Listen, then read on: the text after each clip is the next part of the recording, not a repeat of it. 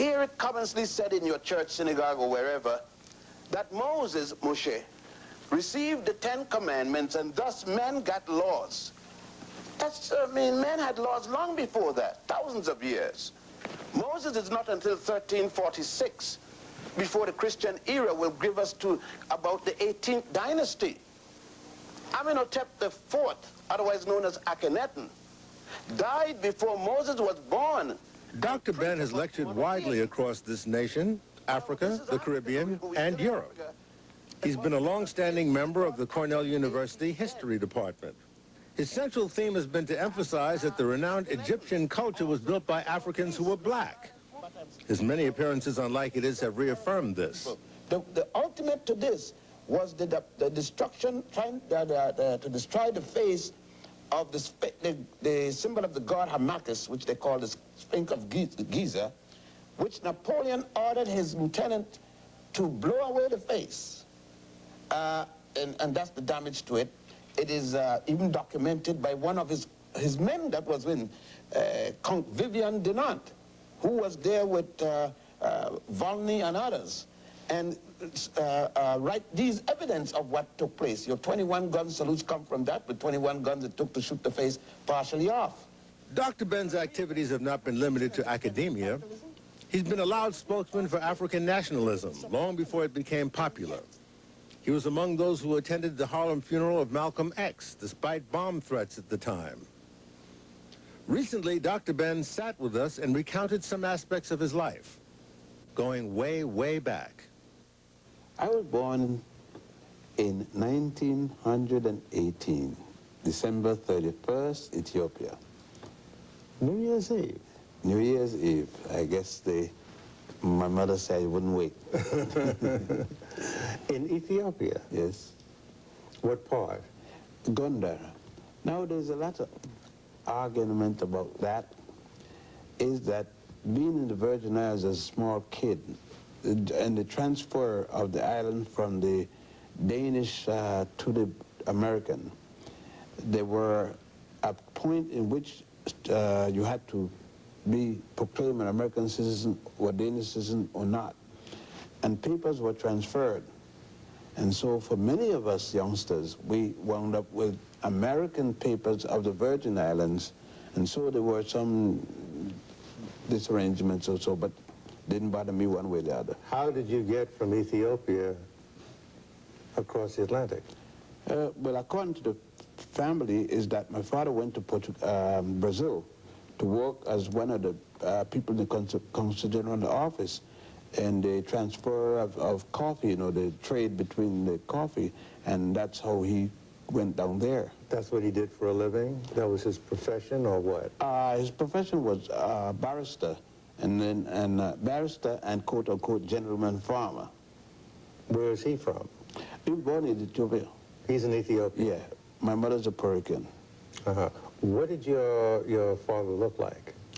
My father looked exactly like me. You looked exactly the older like I get, the more I look like my father. No. Was he home much or what? Well, my father was between farming and law, and at a short time he taught at a place, the Moravian School in, I think it's called Friedenstell.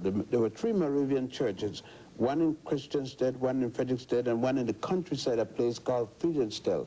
And he did some student teaching there. That means he taught. So he did a few different things. And on the other hand, my mother and I had nothing in common. Really? You couldn't tell that my mother was my mother. By looking at us, there was no way in the world you could tell. And she was from where? Born in Puerto Rico, the eastern end. In Fajardo, the family, primarily the family were in St. Croix, St. Thomas, and Fajardo, the eastern end of Puerto Rico, and a number of them were in the island off there called Vieques. They originally migrated from Yemen, the group, to Spain. They were called Ladinos, and then they wind up in Puerto Rico. In making a study of the background, for instance, my mother's mother was called, her name was Seppi. My mother's father was Cruz, was a Cruz. And so between those two families, then another part of the family in Puerto Rico is called Matas, Dr. Henrico Mata and so forth. I knew much of that part. And there was another part that went to Cuba called Haywood. My mother had a twin sister, and she went to Cuba, and that part of the family became Haywoods. What religion were you born into? I was born into the Hebrew religion, and in the Virgin Islands, unfortunately, there was only one synagogue. And it was. Wait a minute, who was Jewish? Your father? Both parties. Your mother's Jewish too? Yeah. And my father found it necessary at time to dabble in Roman Catholicism. Since in St. Christ there was no Jewish synagogue, there was one in St. Thomas, and seeing a black person who was Jewish was an oddity.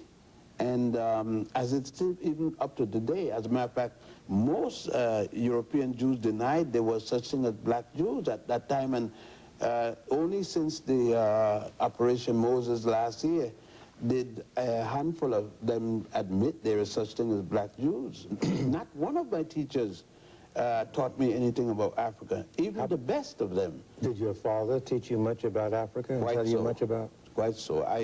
In discussion, my father would always, because of his own knowledge and because of being in the UNA, the Garvey movement, anytime I would speak about certain things, as a matter of fact, when Daddy spoke to me about the Torah or the Old Testament, he constantly pointed out to me that which is of Africa in it. For instance, Daddy was saying, well, Moses, he was an African, he was born in Egypt.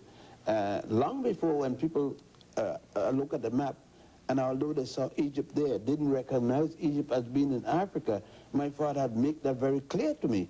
And my father gave me my first books on that, the Book of the Dead, and such books were knowledgeable to me at an early age because of my father. How did you come to the States and when? I came to the States in the Second World War. Why? Well, the boat was coming to the States. Okay. And I had a man who was supposed to be uncle. I said supposed because there's arguments. So this in my family life is kind of argumental as to who I am really in those contexts. And he and another man brought the numbers to America, Casper Hussein, here in Pompeii. So I came to and spoke with him. Where was this? What city? Here in New York. All right. And Harlem? yeah. Mm-hmm. And I made my ground here for a while. What year was that you came to New York? I came in 1944, I think, 43, 44. Mm-hmm. And right in the middle of things. right in the middle of the war. Yeah. And then I made some contacts. I had wanted to go to school here. I've always had a fascination to go to Columbia University, but they weren't taking people with my color in certain professions, certain disciplines. Did they tell you right to your face? Oh yes, there was no doubt. You had applications with a form, and you had to put your picture.